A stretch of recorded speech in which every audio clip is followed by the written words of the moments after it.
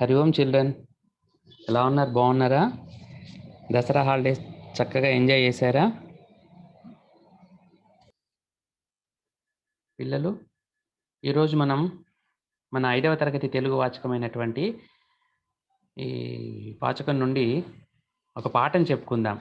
దానికంటే ముందు మీకు కొన్ని పిక్చర్స్ చూపిస్తాను. అవి చూసి నేను అడిగిన ప్రశ్నలకు సమాధానం చెప్పాలి. ఓకేనా? రైట్.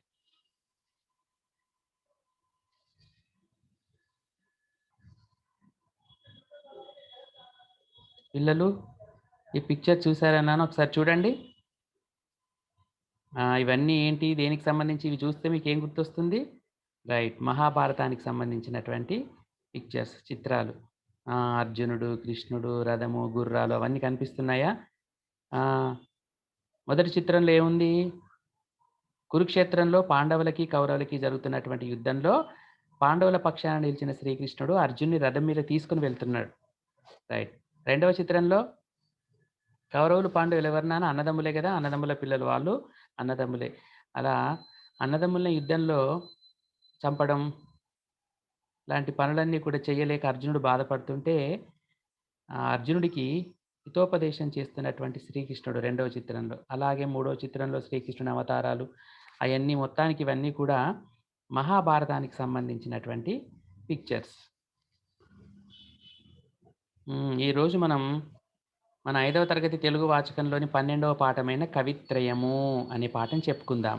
ఓకేనా? ఏం పాఠం? కవిత్రయము. పిల్లలు, కనిపిస్తున్న చిత్రం నన్నయ్య. అంటే మనం ఈ పాఠం కవిత్రయం అనుకున్నాం కదా.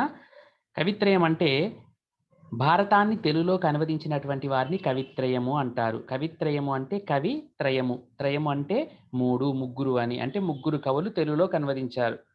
మహాభారతాన్ని మొట్టమొదటిసారిగా సంస్కృతంలో ఎవరు రాశారు? వ్యాస మహర్షి. ఆయననే వేదవ్యాసుడు అంటారు. ఆయన అసలు పేరు కృష్ణద్వైపాయనుడు. అంటే వేదవ్యాస మహర్షిచే సంస్కృతంలో రాయబడ్డటువంటి భారతాన్ని తెలుగులోకి కవిత్రయమను ముగ్గురు కవులు అనువదించారు. అందులో మొదటివాడు నన్నయ్య, రెండోవాడు తిక్కన, మూడోవాడు ఎర్రన. ఓకేనా? ఈరోజు మనం అదే పాఠం కవిత్రయం చెప్పుకోబోతున్నాం. నేను టెక్స్ట్ బుక్లో ఉన్నటువంటి ప్రతి పారాగ్రాఫ్ని మీకు స్క్రీన్ పైన చూపిస్తూ ఎక్స్ప్లెయిన్ చేస్తా, శ్రద్ధగా చూస్తూ వినండి. పిల్లలు వినండి నాన్న. ఫస్ట్ పారాగ్రాఫ్ చదువుతున్నా, చక్కగా వినండి. చదివిన తర్వాత ఎక్స్ప్లెయిన్ చేస్తా. మన తెలుగు భాషలో మొట్టమొదటి కావ్యం మహాభారతం. దీనిని సంస్కృతంలో వేదవ్యాస మహర్షి వ్రాశాడు. ఇందులో కౌరవ పాండవుల కథ ఉంది. కౌరవ పాండవులు అన్నదమ్ముల కొడుకులు.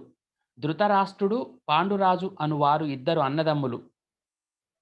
ధృతరాష్ట్రునకు 9 కుమారులు. వారిని కౌరవులంటారు. పాండురాజుకు 5 పుత్రులు. వీరిని పంచపాండవులని అంటారు. వీరు ధర్మానికి కట్టుబడి ఉండేవారు. అందుకే పాండవులకు కృష్ణుడు అండగా నిలిచాడు. రాజ్యం కోసం కౌరవులు పాండవులు యుద్ధం చేశారు. ఈ యుద్ధం కురుక్షేత్రం దగ్గర జరిగింది. దీనిని మహాభారత యుద్ధం అంటారు. తెలుగులో ఈ మహాకావ్యాన్ని ముగ్గురు కవులు పూర్తి చేశారు. వీరినే కవిత్రయం అంటారు. ఒకసారి ఎక్స్ప్లెయిన్ చేస్తాను, వినండి. మన తెలుగు భాషలో మొట్టమొదటి కావ్యం ఏంటి? మహాభారతం అంట. మన తెలుగు భాషలో మొట్టమొదటి కావ్యం మహాభారతం. అయితే దీనిని సంస్కృతంలో మొట్టమొదటిసారిగా రాసినటువంటి వ్యక్తి ఎవరంటే వేదవ్యాస మహర్షి సంస్కృతంలో మొట్టమొదటిసారిగా రాశారు.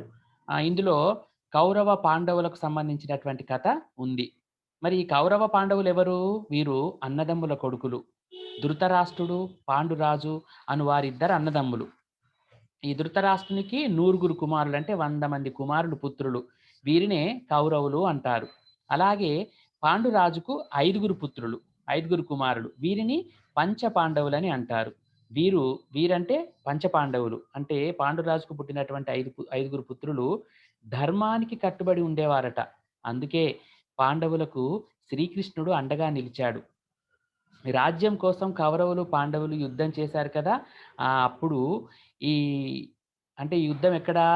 ఈ యుద్ధము కురుక్షేత్రం దగ్గర జరిగింది. దీనిని మహాభారత యుద్ధం అంటారు. తెలుగులో ఈ మహాకావ్యాన్ని, అంటే మహాభారతాన్ని ముగ్గురు కవులు పూర్తి చేశారు. వీరినే కవిత్రయం అంటారు. నెక్స్ట్ రెండవ పారాగ్రాఫ్.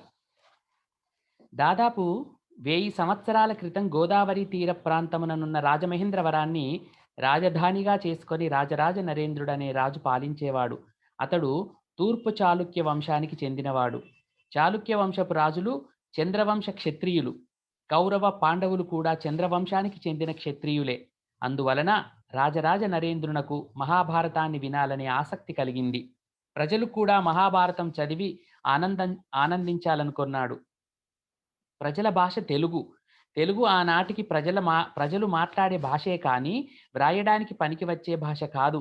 విద్వాంసులు కూడా సంస్కృత భాషలో కావ్యాలను వ్రాసేవారే కానీ, తెలుగులో వ్రాసేవారు కాదు.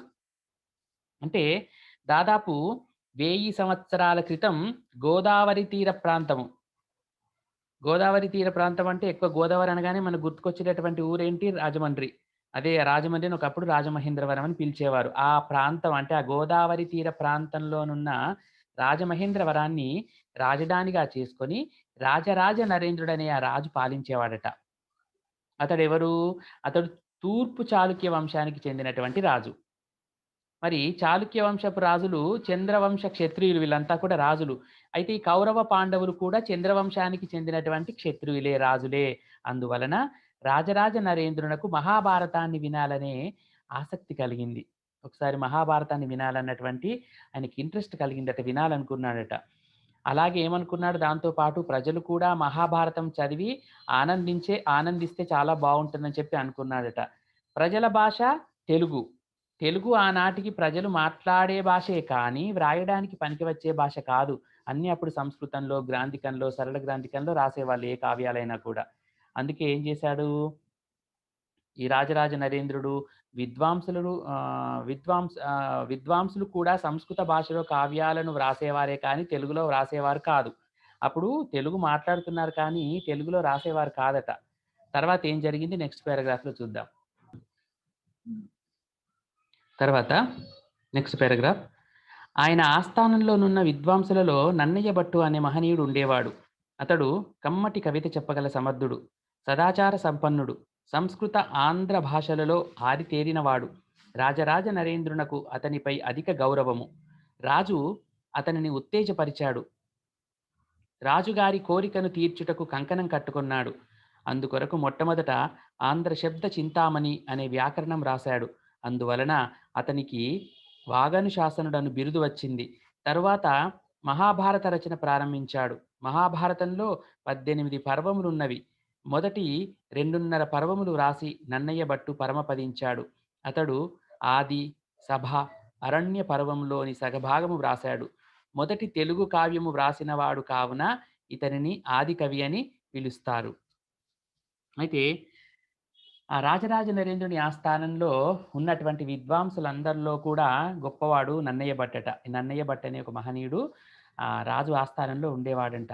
అతడు కమ్మటి కవిత చెప్పగల సమర్థుడు. కవితలు చక్కగా కమ్మగా చెప్పేవాడంట. ఇంకా ఏంటి, సదాచార సంపన్నుడు.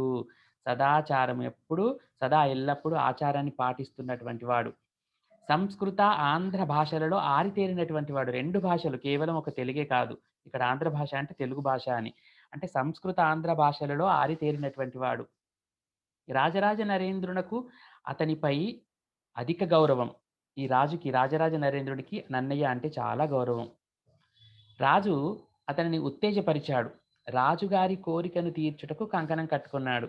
రాజుకి ఏమైంది, మహాభారతం వినాలనిపించింది కదా! అలాగే ప్రజలు కూడా వింటే బావుండు, విని ఆనందిస్తే బావుండు అనుకున్నాడు కదా!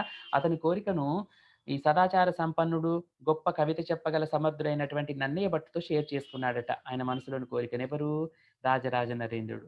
అలా చెప్పి ఉత్తేజపరిస్తే రాజుగారి కోరికను తీర్చడం కోసం నన్నయ్య కూడా వెంటనే కంకణం కట్టుకున్నాడు. అంటే పూనుకున్నాడు రాయడానికి. అందుకొరకు మొట్టమొదట ఏం చేశాడు, ఆంధ్ర శబ్ద చింతామణి అనే ఒక వ్యాకరణం రాశాడు. అంటే గ్రామర్ ఫస్ట్ అది రాశాడు. అందువలననే నన్నయ్యకి వాగను శాసనుడు అను బిరుదు వచ్చింది. ఏమన్నారు బిరుదు? వాగను శాసనుడు అనే బిరుదు వచ్చింది. తర్వాత మహాభారత రచన ప్రారంభించాడు. మరి మహాభారతంలో 18 పర్వములు ఉన్నవట. వ్యాసుడు రాసినటువంటి సంస్కృత భారతంలో 100 పర్వాలుంటే, తెలుగులో రాసినటువంటి భారతంలో 18 పర్వాలు. పర్వం అంటే చెరుకు గడ అని. అంటే చెరుకు గడని మనం ఎంత నములితే ఎంత తియ్యగా వస్తుందో, మహాభారతంలో ఒక్కొక్క పర్వం మనం చదివి ఆస్వాదిస్తే అంత టేస్టీగా ఉంటుందట. అలా మొదటి 2:30 పర్వములు రాసి పాపం నన్నయ్య భట్టు పరమపదించారు, చనిపోయారంట. అతడు ఏం రాసాడు? ఆది పర్వము, సభా పర్వము, అరణ్య పర్వంలో సగభాగం రాసాడట. ఇలా మొదటి తెలుగు కావ్యం రాసాడు కాబట్టే ఇతనికి ఆదికవి అనే బిరుదు వచ్చింది. అంటే ఇప్పటి వరకు నన్నయ్యకి 2 బిరుదులు. ఏది ఆంధ్ర శబ్ద చింతామణి అనే వ్యాకరణం రాసినందుకు వాగనుశాసనుడు అనే బిరుదు. అలాగే తెలుగులో మొదటి కావ్యమైనటువంటి భారతాన్ని ఆయనే మొదలుపెట్టాడు కాబట్టి ఆదికవి అనే బిరుదు. తర్వాత నెక్స్ట్ పారాగ్రాఫ్ చూడండి. 100 సంవత్సరాల తర్వాత తిక్కన సోమయాజి నడుం బిగించి 15 పర్వములు ఏకధాటిగా వ్రాసి మహాభారతం పూర్తి చేశాడు. కానీ నన్నయ్య వదిలిన అరణ్య పర్వంలోని సగభాగము పూర్తి చేయలేదు. నన్నయ్య నన్నయ్యపై తిక్కన్నకు గౌరవం ఉండుట వలననే మిగిలిన పర్వములనే వ్రాసాడు. తిక్కన నెల్లూరు మండలమును పాలించిన మనుమసిద్ధి మంత్రి యజ్ఞము చేసి సోమయాజి అయ్యాడు. అలా తెలుగులో 18 పర్వాలుగా రాయాలనుకున్న భారతం నన్నయ్య ఏం చేశాడు? 2:30 పర్వాలు రాయగానే చనిపోయాడు. కానీ అలా 11వ శతాబ్దానికి చెందిన నన్నయ్య తర్వాత 12వ శతాబ్దంలో ఎవ్వరు 100 సంవత్సరాలు ఎవరు ముట్టుకోలేదు. 100 సంవత్సరాల తర్వాత అంటే 100 ఇయర్స్ తర్వాత తిక్కన సోమయాజి మళ్ళీ ఆ భారతాన్ని రాయడానికి నడుం బిగించాడు. పూనుకున్నాడు. పూనుకొని 15 పర్వములు ఏకధాటిగా వ్రాసి మహాభారతాన్ని పూర్తి చేశాడు. 15 పర్వాలు. 15 ఆయన 2:30 అంటే ఎంత? 15 + 2:30 17:30 మొత్తం ఎన్ని? 18 అంటే ఇంకా అరపర్వం అలానే మిగిలి ఉంది. మరి నన్నయ్య వదిలిన అరణ్య పర్వంలోని సగభాగం పూర్తి చేయలేదు. అది ముట్టుకోలేదు. ఎందుకు? నన్నయ్య అంటే తిక్కనకు ఎనలేని గౌరవం.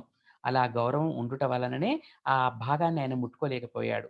నన్నయ్య వదిలినేసినటువంటి అరణ్య పర్వంలోని శేషభాగం. తిక్కన నెల్లూరు మండలమును పాలించినటువంటి మనుమసిద్ధి దగ్గర మంత్రిగా ఉన్నాడట. యజ్ఞం చేసిన సోమయాజి అయ్యాడు. తర్వాత చూడండి నాన్న. ఏకధాటిగా 15 పర్వములను పూర్తి చేసి కీర్తి ప్రతిష్టలు గడించాడు. ఇతనికి కవిబ్రహ్మ, ఉభయ కవిమిత్రుడు అను బిరుదులు కలవు. తిక్కన గొప్ప సంఘ సంస్కర్త. నాటి సంఘమున వైష్ణవ శైవ సాంప్రదాయములకు సంబంధించిన వారు ఒకరిపై మరొకరు కాలు ద్రువుచూ ఉండేవారు. అందుకొరకు శివకేశవులకు భేదము లేదని హరిహరులకే తన కావ్యమును అంకితమిచ్చాడు.